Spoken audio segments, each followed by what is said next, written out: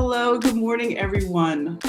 It's a pleasure to be here. And this is something that, of all the things that Marty shared about my work, Speak Up has truly been a godsend for me, both professionally and personally. I really enjoyed my time going into the schools, talking to parents, talking to grandparents.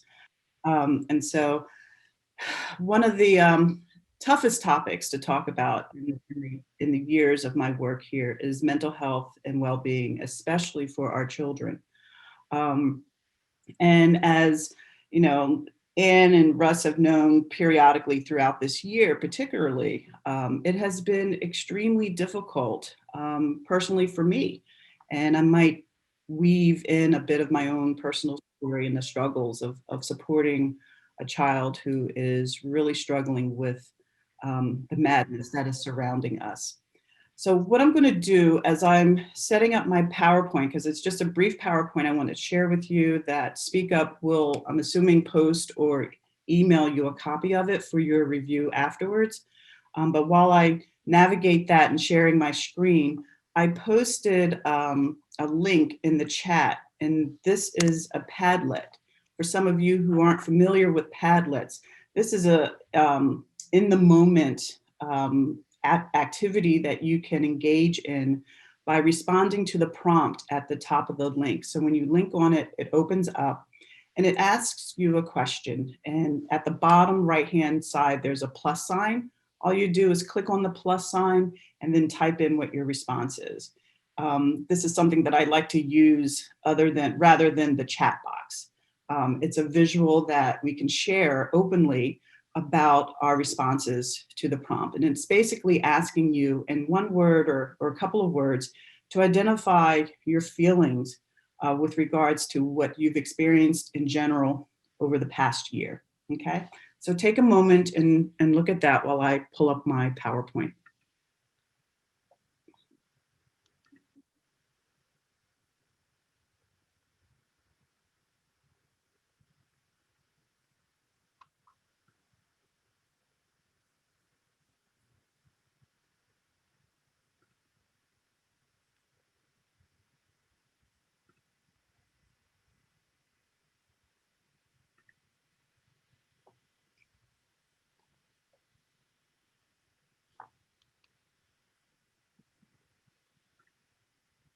Can you all see the Padlet? Mm-hmm. Good. So overwhelmed, burned out, exhausted, tiring, stressed. Yes, we're all feeling this. So as you do that, I'm going to continue. Now this worked before I signed on. Now I can't get to it. Hold on one second.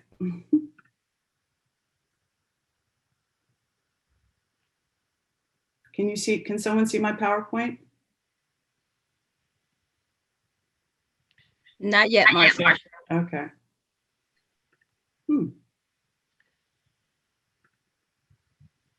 Do you want to email it to Anne or Erica? No, I think that's it. Okay. You see it now? Yep. No. Okay, perfect. All right. I'm going to, for the sake of space, I'm going to see if I can try to. Okay, there you go. All right. So you all shared what you're thinking and feeling with respect to the overall social emotional experiences during this past year. And so as you can carry these thoughts and feelings, I'm sure all of us who are parents in this space are also carrying what our children are experiencing and doing.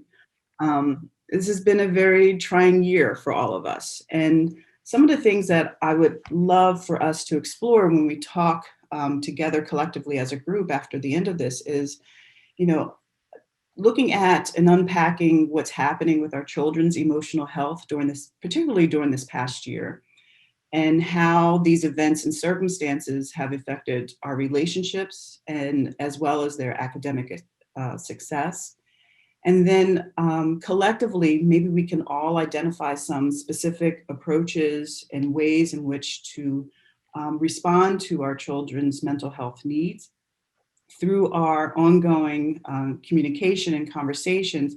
One of the things I love about Speak Up is it gives us a sense of not feeling alone, not feeling so isolated in the things that we are trying to understand and recognize with regards to our children. Forgive me for the ding. I can't minimize the sound without changing my microphone. Um, so I have this picture here, and it's a hallway filled with beautiful, wonderful children, something that they have not experienced in almost a year, just casually walking down the hall, getting to and from their classes. The number that I have in the middle of the screen is 37%.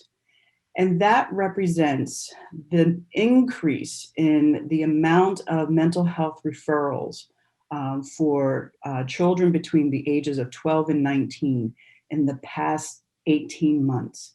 So since the latter part of 2019 to up until 3 months ago, um, across the nation, there has been a 37% increase in families and parents and children seeking social emotional support for a variety of mental health needs. And that is really, on one hand, that is a good thing that people are reaching out and looking for help. Um, However, it also demonstrates the mounting need for specific professional services to support our children. So I want you all to keep that in mind. As parents, there's a lot of things that are happening, and it seems like it has exacerbated in the past year. The political climate, the pandemic, the racial tension, all of it's like a 3-point onslaught that has really touched our children and us, keeping in mind that it is impacting us as well. There's an increased concern, even now, more so now, with what is going to happen with regards to reintegration back into the traditional school settings. Some of us have children who are doing total virtual learning. Some of us have children who are doing hybrid learning. There is movement towards, I know in Philadelphia, they're talking about having grade school, elementary school children starting full time back into the system. So a lot of anxiety is mounting about all of these different changes with respect to not only mental health, but also the physical health and well-being of our children. A question that, was asked of me recently is, will grief counseling become a normal practice in school? A lot of our children have dealt with a lot of losses, of not only loss of death through the pandemic and other illnesses. For my own family, just within this past year, losing extended family members, even losing pets. My family just recently lost a beloved cat that we've had for 8 years. So managing those kinds of losses in addition to what else is going on in the world. So the question for parents has been, will schools integrate specific grief counseling services in their settings to help support their social emotional needs?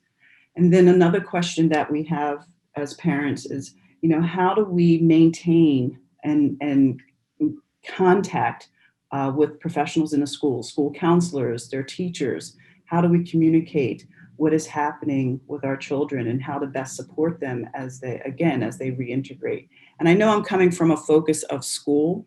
I do that because for the most part, all of our children, the predominant environment at that age is school, and a lot of things are happening there. Another issue that I wanted to bring up is the acknowledgement that we are living in a traumatized society on all fronts. And how we define trauma, one of my favorite writers and researchers, she defines trauma that it's at the moment of the trauma, the person is helpless by overwhelming forces. There are traumatic events that overwhelm the ordinary systems of care that give people a sense of control, connection, and meaning.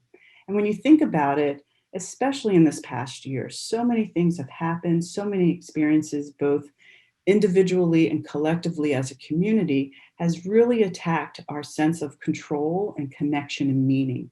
And for our children, I think it's even more pronounced. You know, as far as connections, they're no longer or haven't been able to for quite some time to feel physically connected to their sources of social connections as far as their friends. You know, I have one son who is a social butterfly. He is, you know, he has a nice round group of friends that he connects with. And then I have one son who's like a lone bird. He has probably one special friend that he connects with, and neither one of them have been able to physically be in the same space with them for many, many months. And that really has touched them deeply with regards to that. And then issues of control, not being able to control how they can go out and about in the community, being able to work part-time, being able to travel. Like there's no sense of agency in being able to control these things. And so it can greatly impact their sense of well-being. When we talk about trauma too, it also refers to the event or series of events or sets of circumstances that our children and even us, again, I'm including us, can experience.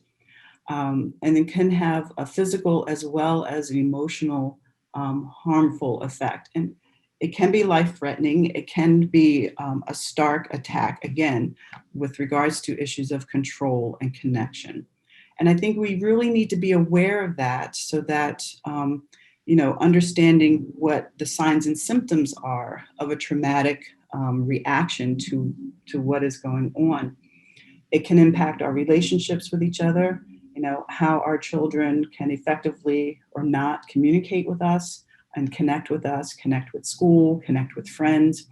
It can greatly impact their ability to regulate emotions. And so just think about your own children if you've seen any kind of significant alterations in the way that they're expressing their emotions. So for example, for my son, I've seen an increase in irritability, an increase in, you know, just sinking into a sense of isolation.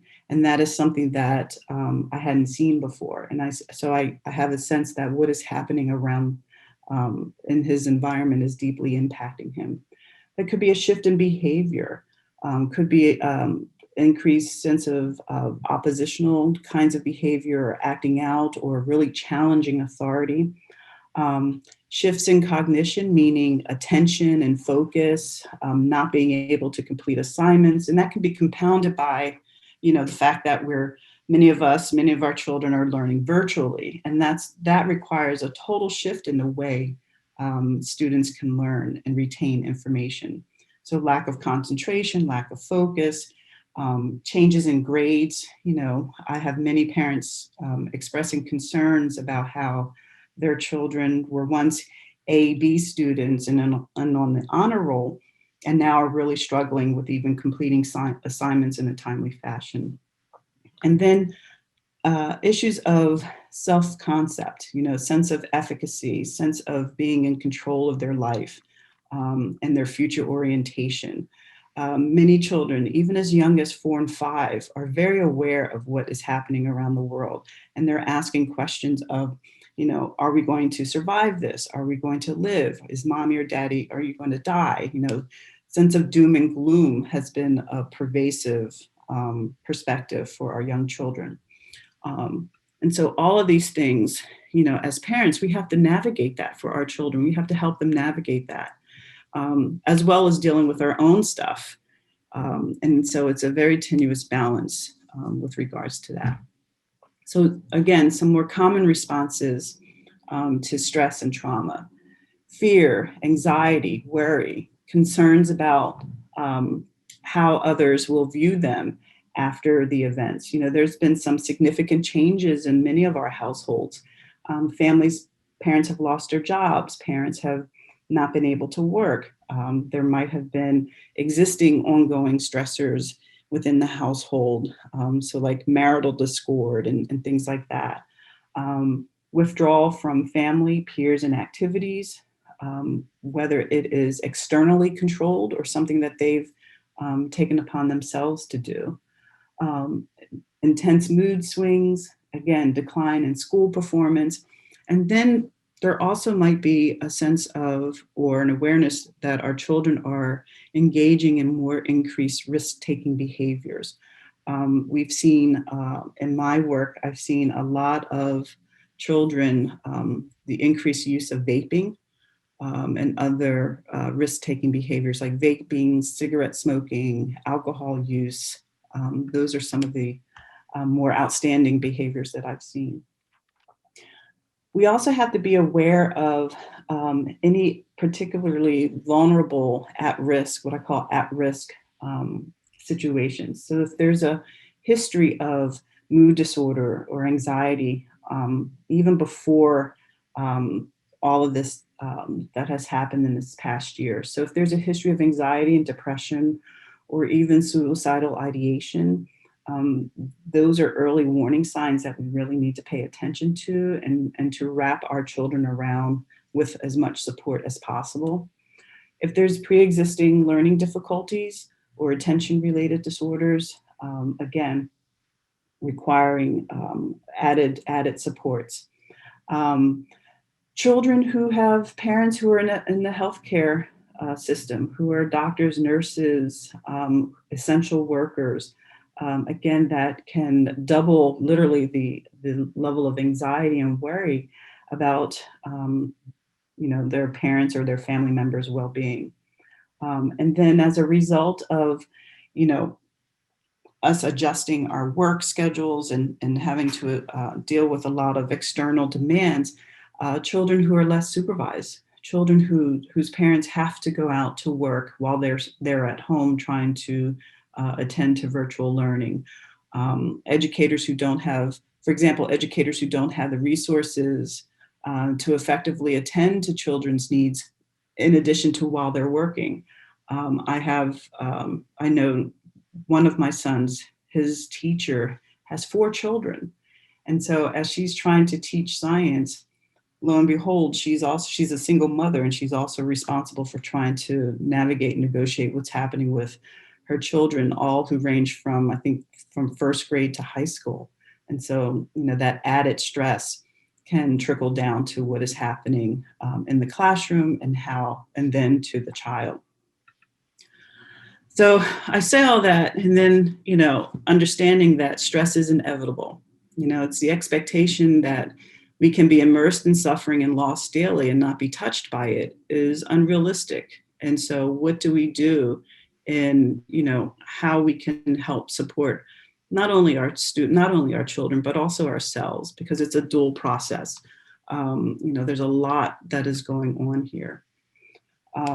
And because we are, as parents, of course, worried about our children, I think it's imperative that we also take care of ourselves and look at what's happening with ourselves. And we are all experiencing these trials that is happening around us. And so there's this term that is called collective disturbance, meaning that not only do we worry about what's happening with our children, but we also are experiencing the stressors in this world. And so when you look at it from an emotional perspective, a collective disturbance, you see anger and anxiety and loneliness and vulnerability and hopelessness. And so how that plays out with your child or with your children, and as it intersects with even what you're experiencing, again, it's something that we all need to figure out how to wrap all of us around with supports. And so a couple of things to consider, the fact that even through Speak Up, that a supportive adult-child relationship is very important. relationships matter. And so one of the things, for example, that I have done with support to get support for my own children, one of my sons, he loves basketball. And so I reached out to his coach and to encourage that ongoing communication. So that sense of belonging and connectedness, even though there's physical distance, can go a long way. It gives him another outlet for him to talk to. Helping your child gain a sense of mastery or self-efficacy. Identify ways in which they can control their circumstances. What are the limited choices that they can make that would ensure their safety, but also give them a sense of mastery is important. Identify ways in which they can be independent, giving them specific activities that you've determined are safe for them to do within the realms or within the limitations of the circumstances. Rely on cultural traditions and our faith, whatever the higher being is that you rely on. There's been a lot of an increase in attendance in religious functions and religious practices in this past year or so. And that's really good because now we see and recognizing an increased importance in that. And so, encouraging ways to increase the level of resilience.